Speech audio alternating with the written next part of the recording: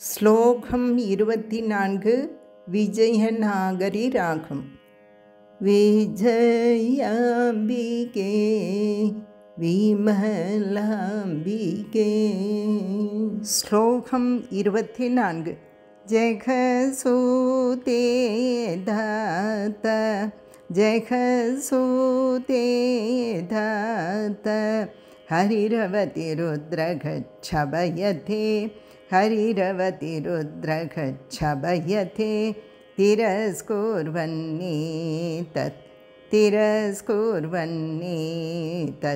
स्वमपि वपुरी सस्थिरयति स्वमपि वपुरी सस्थिरयति सदा पूर्वग सर्वं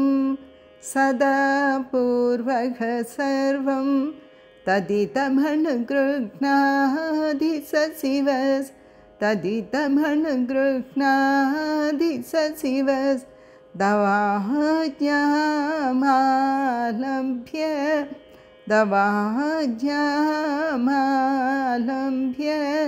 छनचलितयोर्ब्रूलतिगयोः छनचलितयोर्ब्रूलतिगयोः जगत्सूते धात हरिरवतिरुद्रगच्छभयते जगत्सूते धात हरिरवतिरुद्रगच्छभयते तिरस्कुर्वन्नेतत् स्वमपि वपुरी सस्थिरयति तिरस्कुर्वन्नेतत् स्वमपि वपुरी सस्थिरयति सदा पूर्वग सर्वं ददितमनुगृह्णाति सशिवस् सदा पूर्वग सर्वं ददितमनुगृह्णाति सशिवस् तवाज्ञामालभ्य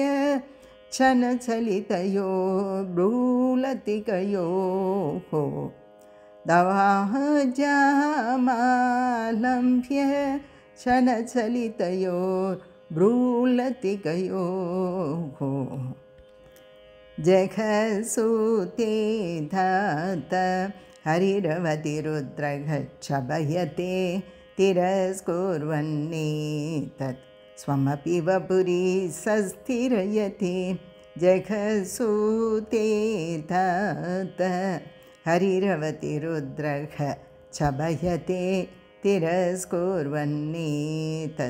स्वमपि वपुरी सस्थिरयति सदा पूर्वग सर्वं ददितमनुगृह्णाति सशिवस् तवाज्ञामालम्ब्य छनचलितयोर्ब्रूलतिगयोः सदा पूर्वग सर्वं ददितमनुगृह्णाति सशिवस् तवाज्ञामालम्ब्य छनचलितयोर्ब्रूलतिगयोः जगत्सूते धात हरिरवतिरुद्रगच्छभयते तिरस्कुर्वन्नेतत् स्वमपि वपुरी सस्थिरयति सदा पूर्वग सर्वं तदितमनुगृह्णाति सशिवस्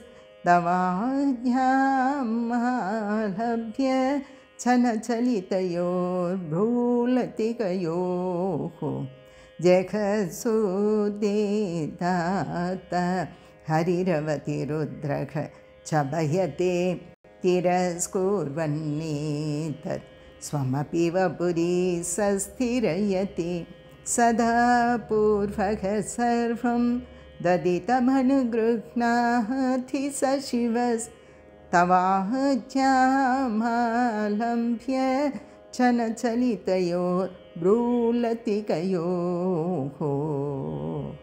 இஸ்லோகத்தின் பொருள் பராசக்தி அன்னையே, பிரம்மா இவ்வுலகை படைக்கிறார், விஷ்ணு காக்கிறார், ருத்ரன் உரிய காலத்தில் அழிக்கிறார். இவர்களுக்கு மேற்பட்ட மகேஸ்வரன் இம்மூவரையும் தன் ஸ்வரூபத்தில் மறையுமாறு செய்து தன் உடலையும் மறைத்து கொள்கிறார். சதா என்ற அடைமொழியை முன்னால் கொண்ட சதாசிவன் கொடி போன்ற புருவங்களை நீ சற்று அசைத்தால் அதை ஆதாரமான கட்டளையாய் ஏற்றுக்கொண்டு மறுபடியும் பிரம்மன், விஷ்ணு, ருத்ரன், ஈஸ்வரன் என்னும் 4 தத்துவங்களையும் படைக்கிறான். ஓம் ஸ்ரீ மாத்ரே நமக.